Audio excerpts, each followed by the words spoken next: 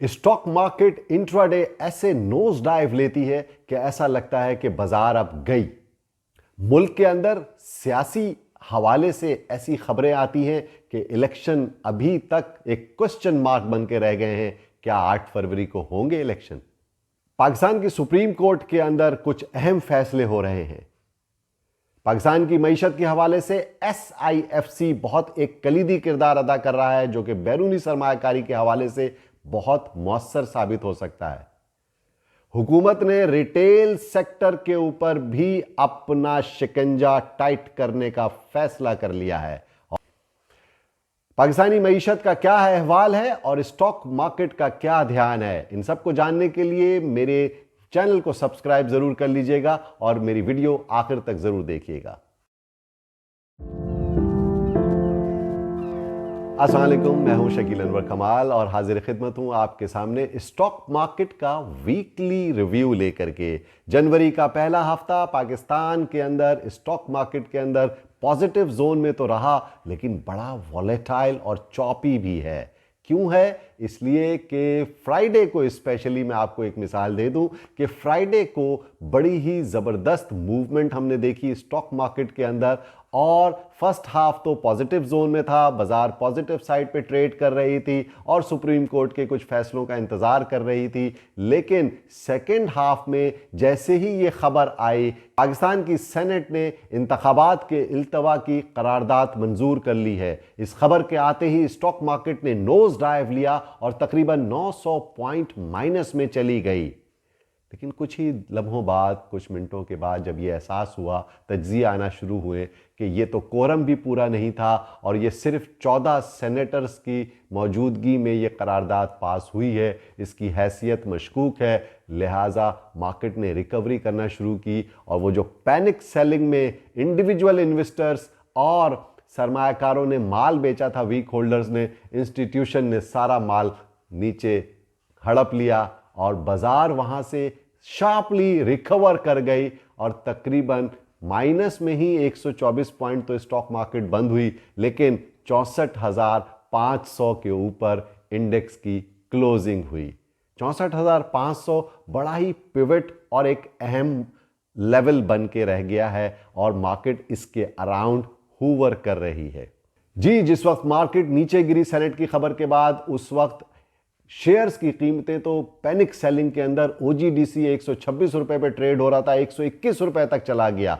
और इसी तरह PPL, PSO और दीगर शेयर्स में हमने बहुत ज़बरदस्त तनज़्ज़ुली देखी, लेकिन इंस्टीट्यूशनल इन्वेस्टर्स ने दोबारा माल लिया और मार्केट बढ़ करके पॉजिटिव जोन में चली गई और OGDC 125 रुपए पर वापस आ गया। ये मिसाल इसलिए दी है कि मार्केट के अंदर जो एक्टिव शेयर्स हैं वो कितनी तेज़ी से गिरते हैं और कितनी तेज़ी से अप होते हैं। ये वॉलेटिलिटी इस मार्केट का खासा है, क्योंकि अब आ रहा है इलेक्शन का टाइम और 8 फरवरी से पहले पहले आपको सियासी महाज पर ऐसी ही खबरें नेगेटिव और पॉजिटिव सुनने को मिलेंगी और मार्केट उसके मुताबिक रिएक्ट भी करेगी। कभी ऐसी पैनिक सेलिंग होगी कि हम समझेंगे कि गई भैंस पानी में। लेकिन आपको ये फैसला करना है कि आप क्वाइट और काम रह करके काम करना चाहते हैं या आप मार्केट के साथ पैनिक हो जाना चाहते हैं। इसके लिए आपको अपनी विजडम को यूज़ करना है, क्योंकि मार्केट बोथ वेज मूव करेगी और ट्रेडिंग पर्सपेक्टिव से ये इस वक्त बड़ी ही बेहतरीन और बड़ी ही उम्दा मार्केट है, क्योंकि मार्केट आपको ऊपर हाइज भी देती है जहां आप प्रॉफिट टेकिंग करने का मौका मिलता है और मार्केट लोज भी बनाती है जहां पर आप वैल्यू हंटिंग कर सकते हैं। जुमे के दिन स्पेशल फीचर्स ये थे मार्केट के कि मार्केट का वॉल्यूम 95 करोड़ से जायद तो रहा, लेकिन मार्केट का जो वॉल्यूम लीडर था वो मोर देन 50% वॉल्यूम समेट लिया उसने, और वो है के इलेक्ट्रिक, जिसमें 47 पैसे से जायद का इजाफा भी हुआ और 6 रुपए 20 पैसे के करीब उसकी क्लोजिंग हुई। आइए कुछ माशी खबरों का जायजा लेते हैं। और जैसा कि आप जानते हैं कि पाकिस्तान का जो तिजारती खसारा है वो बहुत कम हुआ है, बल्कि करंट अकाउंट सरप्लस पे आ गया, और उसकी बुनियादी वजह इंपोर्ट पे रिस्ट्रिक्शंस हैं गवर्नमेंट की, उसको कंट्रोल किया हुआ है क्योंकि मईशत सुकड़ी हुई है। और पाकिस्तान की इंपोर्ट्स इस वक्त कम होने की वजह से, करंट अकाउंट सरप्लस में होने की वजह से पाकिस्तानी रुपए के ऊपर भी प्रेशर नहीं पड़ रहा और $1 281 रुपए के करीब आ चुका है। दूसरी अहम बात यह कि पाकिस्तान की हुकूमत ने टैक्स नेट को वसी करने का फैसला कर लिया है और इस सिलसिले में रिटेल सेक्टर को कंप्लीटली टैक्स नेट में लाने का फैसला हो चुका है और पाकिस्तान के जो बड़े शहर हैं उनसे उसका आगाज़ किया जाएगा और एफबीआर ने रिटेलर्स के ज़रिए इब्तदाई तौर पर तकरीबन 300 अरब रुपए से ज़ायद टैक्स कलेक्शन का टारगेट सेट किया है। जी, हुकूमत की तरफ से टैक्स नेट का दायरेकार बढ़ाने की जो कोशिशें की जा रही हैं उसकी वजह से आप बखूबी वाकिफ़ हैं कि ये आईएमएफ की भी कंडीशन है और हुकूमत को ये अंदाज़ा भी है कि अगर मईशत में मौजूद बड़े होल्स, सुराखों को बंद ना किया गया तो पाकिस्तान की मईशत की कमज़ोर कश्ती डूब भी सकती है। और इस सिलसिले में जो कौमी इदारे हैं, एसओईज़ हैं, स्टेट ओन्ड एंटरप्राइजेज़, उनकी निजकारी गवर्नमेंट की अव्वलीन तरजीह है। इस सिलसिले में हैवी इलेक्ट्रिकल कॉम्प्लेक्स की जो डिसइन्वेस्टमेंट का फैसला हुआ और उसकी प्रोसीड कंप्लीट हो गई। गुज़श्ता हफ्ते अच्छी खबर ये भी है कि पाकिस्तान की ज़रई पैदावार में मुनासिब इजाफा हुआ है और पाकिस्तान की जो एग्रो बेस्ड प्रोडक्ट्स हैं, इसके अलावा फूड प्रोडक्ट्स हैं, उनकी एक्सपोर्ट्स में 64% इजाफा हुआ है जून 2023 से दिसंबर 2023 तक। और ये इजाफा इसलिए अहम है कि पाकिस्तान को इससे $882 मिलियन की एक्सपोर्ट प्रोसीड्स हासिल हुई हैं, जो कि गुज़िश्ता साल इसी दौरानिए में सिर्फ $404 मिलियन थी।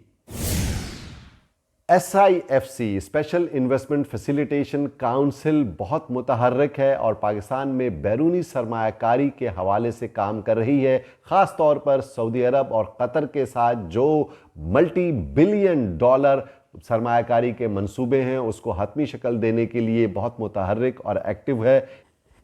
इस सिलसिले में बायलैटरल इन्वेस्टमेंट ट्रीटीज़ को और यूएई के साथ MOUs को फाइनलाइज किया जा रहा है और इसके अलावा सऊदी अरामको जो कि पाकिस्तान में कराची में हब के मकाम पर रिफाइनरी लगाना चाहते हैं, जिससे 10 से 12 अरब डॉलर की सरमायाकारी मुतवक्को है, उसको भी स्पीडी करने के लिए, तेज़ करने के लिए काम किया जा रहा है। SIFC की लास्ट मीटिंग के अंदर पाकिस्तान FBR के अंदर रिफॉर्म्स करने और टैक्स नेट का दायरा वसी करने के लिए भी अहम फैसले किए गए हैं।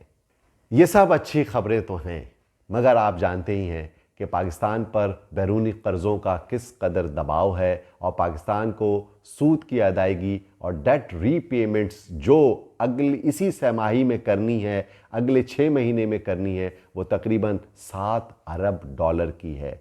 ये कैसे मुमकिन होगा? पाकिस्तान कैसे ये कर्ज़ लौटा सकेगा? इस सिलसिले में पाकिस्तान को अगले ही हफ्ते जनवरी में ही स्टैंड बाई एग्रीमेंट के ज़रिए जो $700 मिलियन IMF से मिलने वाले हैं, उससे पाकिस्तान के फॉरेन एक्सचेंज रिजर्व्स मज़ीद स्ट्रेंथन होंगे, जो कि $8 अरब से तजावज़ कर चुके हैं। लेकिन पाकिस्तान को जो सबसे बड़ा चैलेंज दरपेश है वो बैरूनी कर्ज़ों की अदायगी और उनकी सूद की अदायगी वक्त पर करनी है। इस चैलेंज के अलावा पाकिस्तानी अवाम इस वक्त महंगाई की चक्की में पिस रही है क्योंकि इन्फ्लेशन नंबर 43% हो गए हैं और बिजली और गैस की कीमतों में इजाफे की वजह से महंगाई कम होने के बजाय बढ़ रही है। पाकिस्तान की हुकूमत ने इंटरनेशनल ऑयल प्राइसेस के कम होने के बावजूद ये बेनिफिट आवाम को पास ऑन नहीं किया, जिसकी वजह से पाकिस्तानी अवाम भी महंगाई और बेरोज़गारी की वजह से कर्ब में मुब्तला है। स्टॉक मार्केट पॉलिटिकल न्यूज़ के हिसाब से और इकोनॉमिक ट्रिगर्स जो भी आएंगे मार्केट में, जो खबरें आएंगी उसके मुताबिक परफॉर्म करेगी। आप अगर ट्रेडिंग के पर्सपेक्टिव से बात करें तो मैं सिर्फ ये कहूँगा कि बहुत अलर्ट रहिएगा और मार्केट में बोथ वेज मूवमेंट एक्सपेक्टेड है, लिहाजा मार्केट के अंदर काम करते हुए संभलना बहुत ज़रूरी है और एहतियात से काम कीजिएगा। Thank you very much.